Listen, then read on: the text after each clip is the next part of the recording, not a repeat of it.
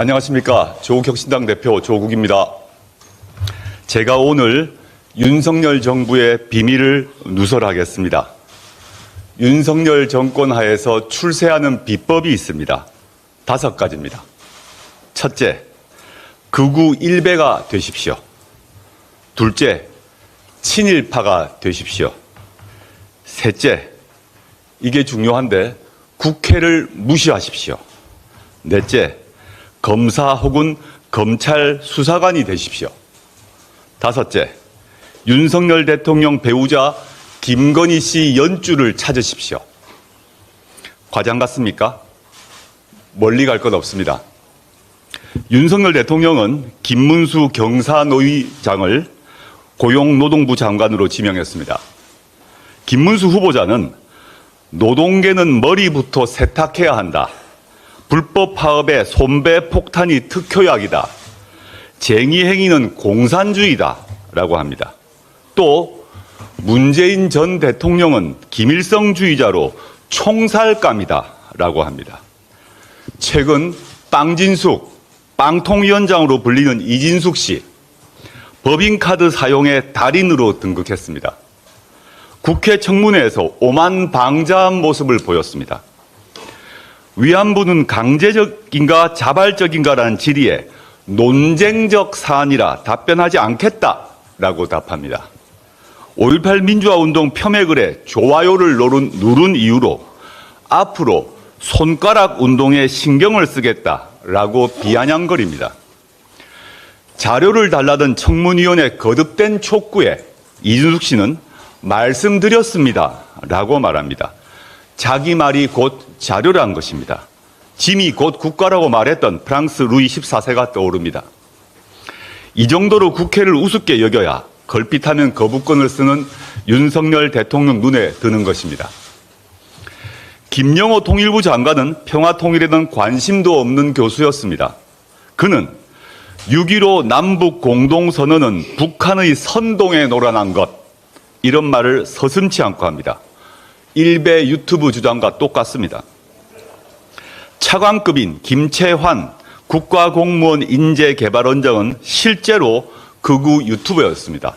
그는 문재인 전 대통령이 재임 시절 군인을 생체 실험 대상으로 사용하라는 지시를 내렸다. 중국 공산당이 박근혜 전 대통령 퇴진 시에 영향력을 행사했다. 이런 기가 막히는 주장을 버젓이 했습니다. 그리고 친일파는 윤석열 정부에서 넘쳐납니다.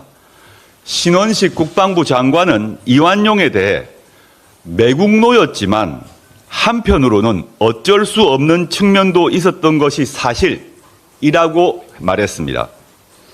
김광동 진실화해 위원장은 친일 청산할 것이 없다라고 합니다.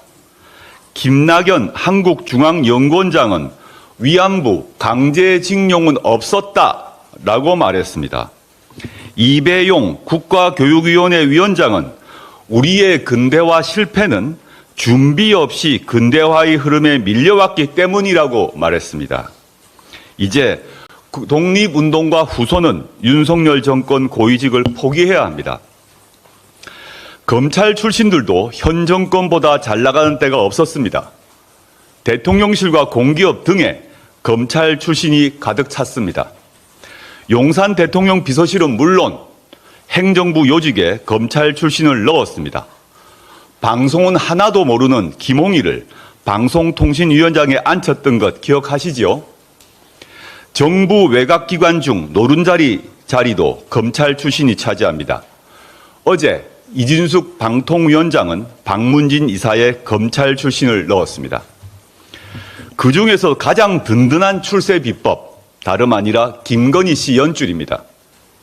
김건희 씨가 운영하던 코바나 컨텐츠 전시에 관여했던 김행 씨는 전 여가부 장관 후보자가 됐다가 낙마했습니다.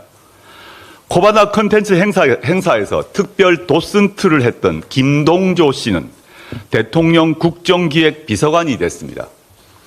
김동조 씨의 재산은 지난 1년간 210억 원이 늘었습니다. 김건희 여사의 도이치모터스 주가 조작 사건 공범 이종호 씨, 그가 밀어준 임성근 전 해병대 1사단장은 최해병 순직에도 자리를 보존할 뻔했다가 들켰습니다.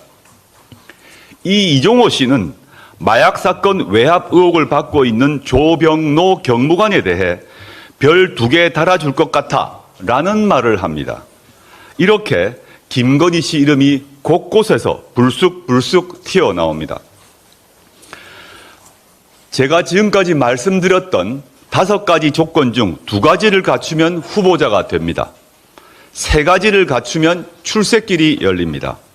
지금 대한민국은 그 어느 때보다 극우, 극렬주의자, 친일파 몰입애가 살기 좋은 세상이 됐습니다.